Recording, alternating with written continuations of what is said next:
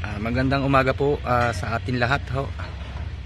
Update ho tayo sa aking ginagawang project ho.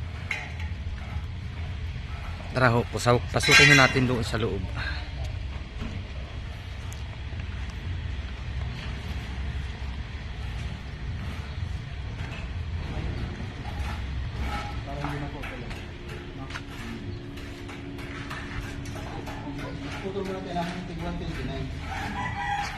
Yun na yung sa kabilang side. Diretso ba yung corner ano? Diretso ang lagay natin ng ano nun? Oo, yung pinakapapatungan ng suleras. Diretso na yung pagkano? Oo, isagad nyo na doon sa biga to biga.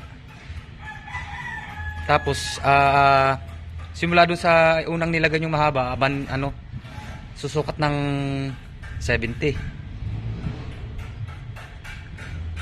Hanggang doon na tayo, gagawa ng ano, landing, no? Oo, bali ho, akit naman ako doon. Ito na nga ho, ito yung pinaka first floor. Inumpisahan ho kasi itong project na ito nung nakaraang buwan pa ng September. So ayun na nga ho, nakapag-slab na ho tayo niyan. Tara ho, akyat ho tayo doon sa taas.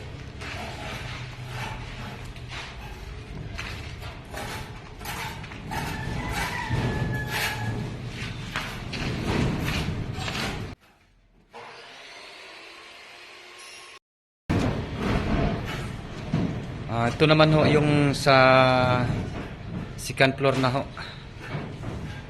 Yan, bali tapos na ho ang mga ano niyan. Pinaka ano niya, forma. Yung latag sa slab.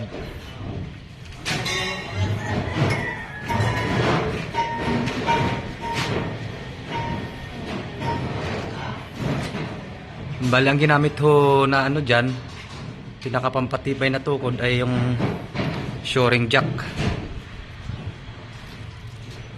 Ayan, nakasalo siya sa pinakasuliras ng slab. Tapos meron siyang edge frame na salo naman ho dyan sa biga. Ayan ho.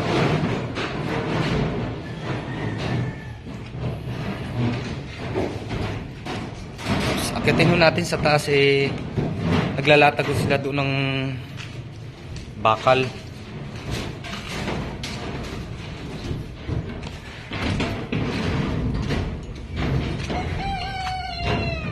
Ito naman ho yung pinaka fire exit.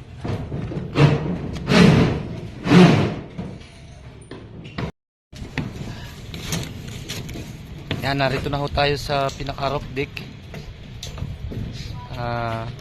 Inumpisahan ho itong latag ng bakal.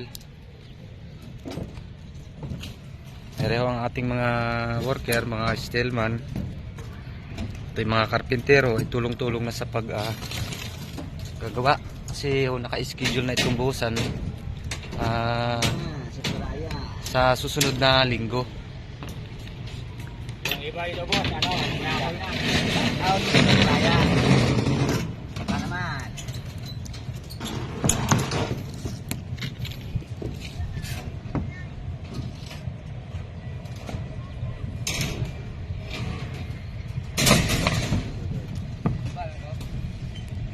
Hindi, doon ba yun?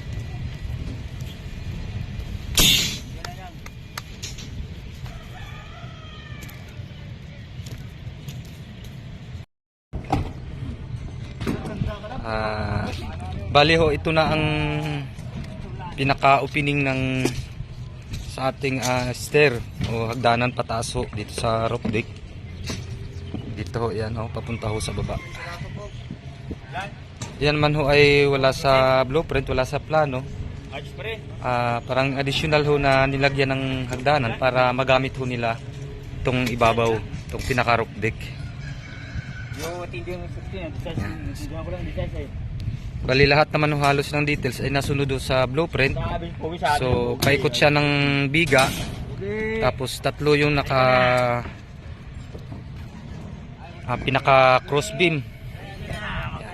Ito yung una, pangalawa, pangatlo. Yan. Tapos meron ho siyang isa ring cross beam na dito sa gitna.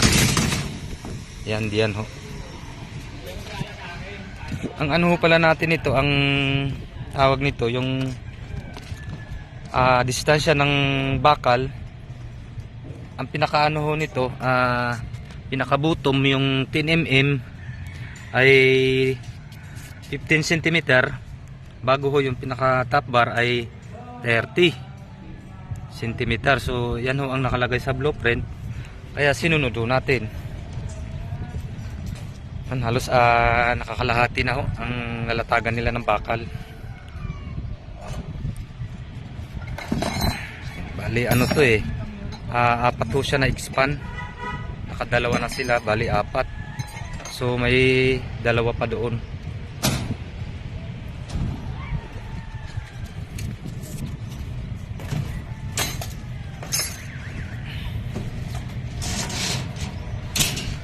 Doon naman ho yung pinakaharapan niya, meron siyang canopy.